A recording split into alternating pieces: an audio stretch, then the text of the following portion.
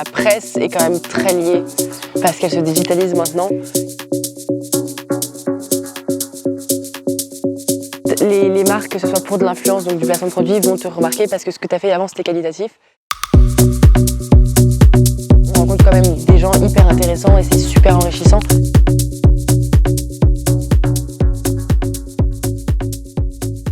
Ponéas, c'est une longue aventure. En fait, j'ai toujours voulu faire de la presse équestre. Mine de rien, les réseaux, pour moi, c'est un moyen. Je fais les réseaux parce que ça me plaît, mais si ça marche pas dans quelques années, je veux avoir une porte de sortie.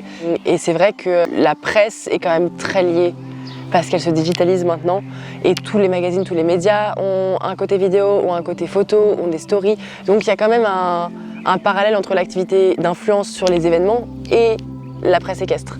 Et l'activité d'influence en interview et la presse équestre. Donc c'est toujours quelque chose que j'ai voulu faire. Et en fait en 2017 j'ai travaillé pour le BIP, donc le Bonneau International Poney, pour faire de la promotion pour eux sur mes réseaux. J'ai rencontré les créatrices du mag Ponéas cette année-là au BIP quand j'ai travaillé en 2017. Et en 2018 en fait j'ai travaillé pour Ponéas directement parce qu'elles ont vu que j'avais fait quelques interviews, elles m'ont contacté, on a travaillé ensemble et j'ai commencé à travailler en stage en 2018. Et depuis 2018 j'ai couvert, à part l'année Covid, tous les ans le BIP, la mode Beuvron et les championnats d'Europe. Donc là, cette année, on a bossé un peu plus parce que j'étais en césure, donc on a pu faire Compiègne, qui a remplacé le BIP sur le CSIOP, le CSIOP. En presse poney, c'est hyper intéressant, puis suivre les jeunes, moi j'aime bien. On écoute les histoires des autres et on fait des interviews et on découvre des profils qui sont différents. Et en poney, les profils changent tous les 2-3 ans parce que les enfants grandissent.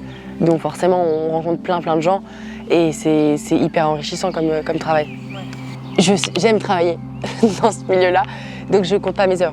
Je suis payée à ma journée, mais que ma journée fasse 6 heures ou 12, c'est pareil, parce que j'ai le même rendu à la fin, mais c'est un travail de longue haleine, c'est pareil. Les championnats d'Europe, c'est des semaines où on se lève à 6 heures et on bosse jusqu'à... Quand on n'a pas de wifi en Pologne, on bosse jusqu'à 2-3 heures du matin, 3-4 heures.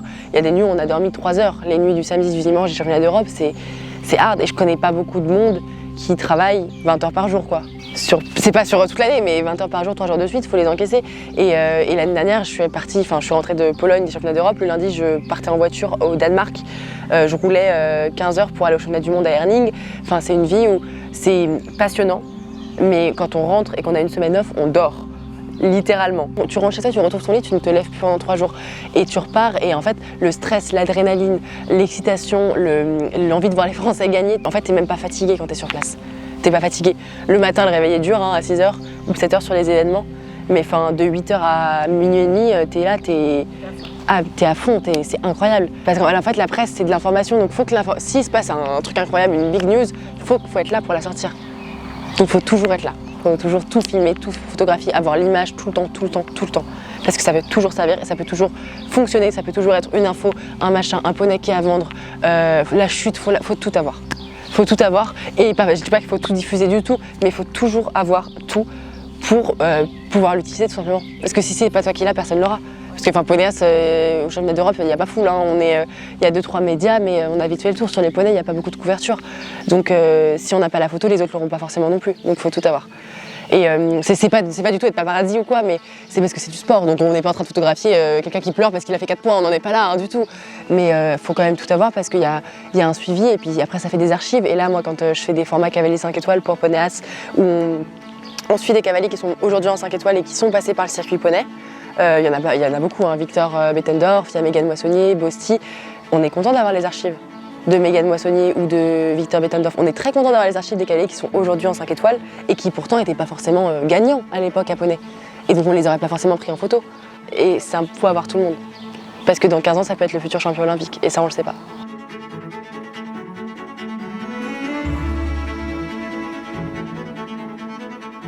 Oui, c'est vrai que Ponéas, ça a été un peu le tremplin professionnel pour moi. Les marques, que ce soit pour de l'influence, donc du placement de produits, vont te remarquer parce que ce que tu as fait avant, c'était qualitatif. Et dans la presse, c'est pareil. Et donc moi, dans l'influence, ça passe par le bouche à oreille des collabs que j'ai fait par le passé. Et en presse, ça passe par le bouche à oreille de Ponéas, puis d'un point A à un point B à un point. Et puis ça t'emmène... Enfin, tu sais pas trop où ça t'emmène, mais ça t'emmène quelque part, normalement. Mais oui, c'est vrai que ça fonctionne que comme ça. Il faut juste bien bosser, bien faire ton taf, aimer ce que tu fais et après, normalement, si ça fonctionne, tu arrives à travailler. Grâce à mon statut de créatrice de contenu, en gros, sur les réseaux, j'ai quand même pu réaliser et accomplir pas mal de choses que j'aurais pas pu faire avant. Je pense notamment à l'année dernière, j'ai déjeuné avec Longines, avec Camille Serre, qui était Miss France, mais de quelle année je ne sais plus. Donc j'ai déjeuné littéralement à côté d'elle, de Laura Cornillo, qui étaient toutes les deux Miss, et ça, enfin, improbable, ça sort de nulle part. Enfin, qu'est-ce qui s'est passé? J'étais là à côté d'elle, on a déjeuné, c'était super sympa. Tu sais pas pourquoi, tu sais pas comment, mais c'est arrivé. Et j'ai rencontré Thomas Pesquet aussi, là-bas, sur l'événement. Enfin, il y a vraiment des trucs comme ça où tu sais pas trop pourquoi ni comment, mais ça a lieu. Et même la semaine dernière, à la Baule, j'ai rencontré Alix Grousset qui crée du contenu. Même lors d'Espéranza, le clip de rap. Enfin, ça sort de nulle part. Et c'est parce que, et pourtant, j'étais pas créatrice de contenu, mais c'est Instagram qui permet aux gens de se rencontrer. Donc, non, des trucs comme ça, ouais, il y en a quelques-uns où tu te dis, waouh, c'est bizarre, mais ça a eu lieu. Et puis, plus récemment, je suis partie en Afrique du Sud pour une OP là-bas avec une agence de voyage. Et ça, pareil, c'est quand même hyper privilégié et incroyable comme expérience. Et j'ai pleuré toutes les larmes de mon corps en rentrant d'Afrique du Sud et du Botswana, je voulais pas partir. Mais non, on rencontre quand même des gens hyper intéressants et c'est super enrichissant.